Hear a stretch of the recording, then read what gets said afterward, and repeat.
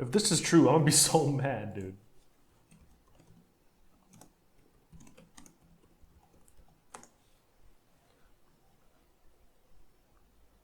Otso is saying Fantano gave 22 million a 5, bro.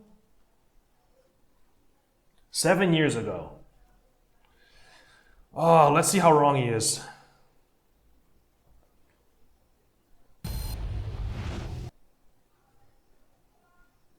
Oh, John Denton did a first listen to 22 million. I didn't know.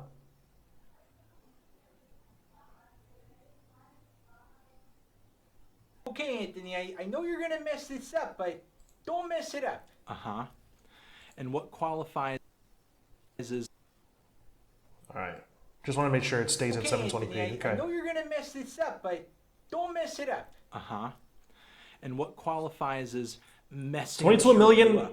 goes... I go back and forth between that and his self-titled is my favorite. Under a 10, that's messing up. Well, it doesn't leave me with a whole lot of options, does it? Oh, well, you know, you could give it an 11, you could give it a 12, you can give it a 13. Is this us? Hi, This is us, right? Anthony Fantano here, the internet's busiest music nerd. And it's time for a review of the new Bon Iver record, 22 million. Bon Iver, if you didn't already know, is a musical project masterminded by multi-instrumentalist, singer-songwriter Mr. Justin Vernon. And this is now his third full-length album under this name. He is following up his very well-received Bon Iver record, It's a 10. which came out about 5 years ago. A record that, honestly, I couldn't really get into as What? much as other people were, due to its inconsistent songwriting, its weird kind of 80s pastiche thing going. Oh my god, dude. Bro, Bon Iver is perfect. For Emma Forever Ago is perfect. And 22 million is perfect, dude. I is like an 8. We don't talk about it that much. It's about time for him to drop another one. Oh, but honestly, it is just his opinion though. But God, it's like literally some of my favorite music to listen to. Toward the end of the record, and the horrible mixing with this new album. Horrible. I was hoping for something a little more focused, a little more polished, but it seemed like even from the teaser tracks, I was not going to get that. Not that I anticipated this album to be messy, but it didn't sound like Justin was going to give us a cleaner, more put-together version of his typical sound. He was going to be changing sounds altogether. He's no longer writing the lavish, artsy, indie folk music that he's known for. Oh, now it's lavish? Instead, Now you he's like it? delivering something that is much more synthetic. He's fiddling with electronics and Hey, I don't like what he was doing. I don't like the way that this sounded. And then he completely changed up his sound. And I also don't like this. glitchy production on this one, which isn't necessarily a bad thing. There are a lot of glitch pop albums and folktronic albums that I enjoy quite a bit. What the fuck is folktronic? But it seems that Justin is using this change of pace as an excuse to not write a coherent song a lot of the time. He seems to work in some Peter Gabriel worship more than usual on some of these cuts too. And I'm not even going to open up the can of worms that is the ridiculous list of song titles on this thing. Now, it's not that there Song titles are pretty tough to remember. There's not beautiful music on this record. There definitely is. The intro track, for example, is absolutely stunning with its drony samples and but it's not even close to the best, though. Gorgeous vocal harmonies. It's kind of choppy. You get into Stratford Apartments and add a bit of color to the 666. that I think is pleasant. Also, the lone sax solo that pops up later in the track is also pretty moving. All great ideas, all great pieces of instrumentation, comes together so harmoniously and tastefully, but Justin doesn't flesh it out into a complete song. Instead, Bro, he Creeks surrounds these sounds with gimmicky little production tricks and edits, and Gimmicky. just ends the track off at 2:48 without a real proper ending. And many of the other tracks in the track listing too don't really feel like complete works as much as they do a series of folktronic climaxes that either lack a satisfying Damn, it's crazy how this can or be satisfying so... finish. They just leave me wanting way more. It's crazy how it can be perfectly right up my alley and then just not do it for him, you know? It's insane.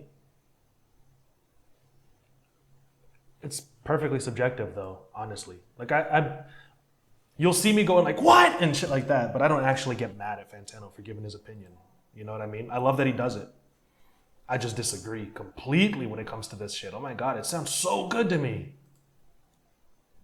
It's like I'm listening to a bunch of long snippets or motifs, like on the track 715, which is not only like an incomplete thought, but a thought that James Blake had produced and recorded 5 years ago. This sounds exactly like something James Blake did. What? On his debut album. The song 45 feels like an attempt to pull off Creeks the is same amazing, thing, dude. horns being manipulated and auto-tuned instead of vocals, which I admit was a more novel thought than what Bon Iver was trying to pull off on Creeks. The song 21 Moon Water has no sense of direction at all. Oh my It's God, sort of it's such a bunched good together song. group of random ideas and transitions and just layered them on top. He's of coming each from my other favorites, without any bro. real attention being paid to whether or not these sounds complement one another or glide into or segue into one another well. It's just kind of like experimental ambient folk electronic salad. And despite being 5 minutes long, the only significant progressions on the song 8 are that The vegan doesn't like salad?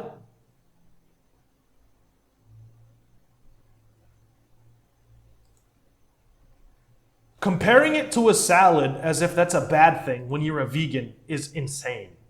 instrumentation gets a little louder and an easygoing groove kind of develops. There's a bit of an instrumental breakdown toward the back end of the track too, and it's a shame because this track features one of the most beautiful vocal melodies and soulful chord. Is he talking about Stratford Apartments? Easygoing groove kind of develops. There's a bit of an instrumental breakdown. Hold on, let me read. And despite He said the salad thing right here. electronic salad. And despite being 5 minutes long, the only significant progressions on the song 8 are that the instrumentation gets a little louder and an easygoing groove kind of develops. There's a bit of an instrumental breakdown toward the back end of the track too, and it's a shame because this track features one of the most beautiful vocal melodies and soulful chord progressions of the entire record. It just could have done more. It could have gone somewhere. It could have developed to or from something else. For any one of the incredible artists that Justin clearly pulls from on this record, this would have been a mere part of a larger song. I'm also reminded of Sufjan Stevens' electronic opus, The Age of I still have to Oz, listen to which this Sufjan album Stevens. also I've never heard of one of his pales in albums. comparison to. Now, there are a few very well-written songs worked into the track listing here. Stratford Apartments. Oh, thank God he likes it. Absolutely gorgeous. That's one of my favorites. The way that the guitars, the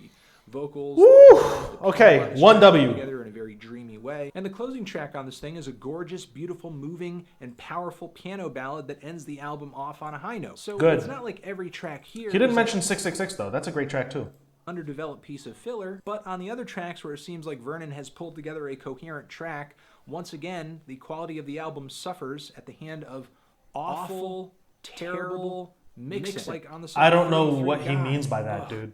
The way the vocals and the oversaturated bass and the distorted drums and whatever else at the 130 mark on the song come together, in a word, headache.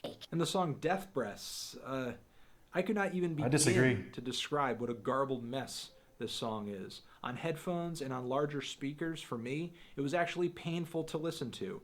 This is one of the few songs that I could say That's an sounds overreaction. best on a pair of laptop speakers far away. Like with his last album, What do you- I would say even worse in a way, Justin tries to come together with very instrumentally dense and expensive sounding lo-fi music, and Oh, it just does man. not come together well. Some of the compositions on this thing are huge. They're ambitious. Some of the biggest I would say Vernon has ever pulled together. But he sees fit to just filter it through just the most awful recording and mixing job possible. It's not even rickety or rootsy in an endearing way. It just sounds really I think it is. blown and out of whack. The music on this album I like plays it. a lot like how the cover of this album looks. Here's a bunch of small and intricate little pieces of art. I've assembled them in such a way that you'll think it's really cryptic and obtuse and like it's really deep or something, when in reality, it doesn't really add up to much. If there's anything brave about this album, Damn it. it's brave that Bon Iver would see fit to package together a bunch of odds and ends that are mostly unfinished and try to sell it as a new album. But because it is Bon Iver, this album goes in will on fawned them. over regardless. So I guess he's doing exactly what he needs to do to make his fans happy. I personally, though, don't see what's... I don't think it's fair to say it's going to be fawned over regardless just because he easily is. It seems reductive. Gabriel worship and James Blake revisions, but whatever. Like I said, there are a couple captivating songs here and there on this thing, and there are plenty of beautiful ideas to be experienced on this album. It's just that many of them don't go anywhere, or they are cut criminally short. I'm feeling a light to decent 5 on this album. That is true. Some songs do feel cut criminally short. That is true. But I'm of the mentality that it's better to want more than it is to want less. You know what I mean? Like if a song overstays its welcome, then I get way more frustrated with it than if a song is like just 30 or 40 seconds shorter than I would have liked it to be. That's me personally, though. Me personally. That's just what I think. Decent 5. Honestly, the way he was talking about it, I'm surprised he even gave it a 5. I thought he might have, ragged on it a little more. I thought he would have gone in a little harder, based on what he was saying about it. What's good, E-Dre? But, yeah, I mean, honestly, I disagree. I disagree. I like the mixing choices. I like the way that it sounds. I feel like it's reductive to say that it's going to be fawned over just because it's Bon Iver.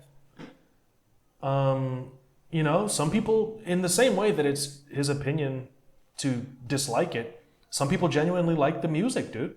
Some people like the way the music sounds, not just because it's Bon Iver, but because the music sounds good to them, And it's not like it's going to sound good just because it's Bon Iver. Like I said, I like the mixing choices. I like all the effects he puts on his vocals. I like, what he did with Creeks and the fact that it's just a vocal track with some really cool effects. Or the guitars on Stratford Apartments or 666 or, Moon and Over Soon and the piano ballad at the end. Like, I like the way the music sounds. It's up my alley. It's for me, dude. It's for me. But, what was I going to say? Oh, yeah, I know. Despite me disagreeing, who cares, Who cares if he likes it or not?